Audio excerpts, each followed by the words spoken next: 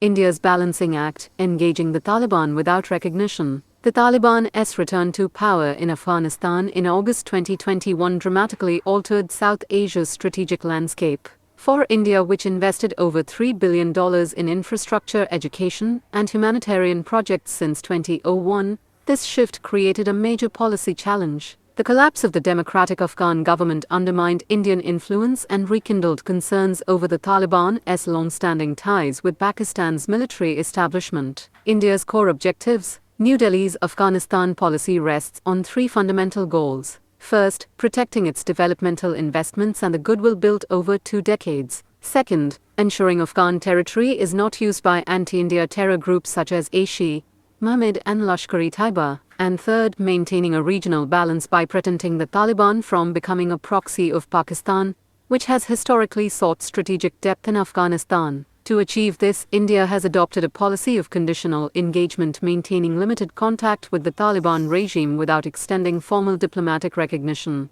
Current developments. In 2025, Taliban Foreign Minister Amir Khan Muttaqi's visit to India marked the highest-level contacts since the group's takeover. India has now decided to upgrade its technical mission in Kabul to a full embassy, signaling cautious optimism. Interestingly, Pakistan-Taliban relations have deteriorated, with cross-border clashes exposing growing mistrust, creating a possible diplomatic opening for India. However, the Taliban's internal policies remain deeply regressive. Women and girls continue to face severe restrictions on education and employment, and Afghanistan's economy has contracted sharply, with nearly half the population dependent on aid. India's policy approach. While China and Russia have moved closer to formal recognition of the Taliban, India continues its wait-and-watch strategy. Recognition might offer short-term influence but risks legitimizing a regime that still harbors elements linked to Al-Qaeda and the Haqqani network. Instead, India is focusing on pragmatic engagement, delivering humanitarian assistance, supporting small-scale development projects, and participating in regional dialogues on stability and counter-terrorism. Way forward, India must sustain conditional engagement without recognition, use economic diplomacy to shape outcomes, and press for inclusive governance and counter-terror assurances. Ultimately, Afghanistan's long-term stability depends not on military power but on economic recovery, gender equality, and regional cooperation, a balance India's cautious diplomacy seeks to uphold.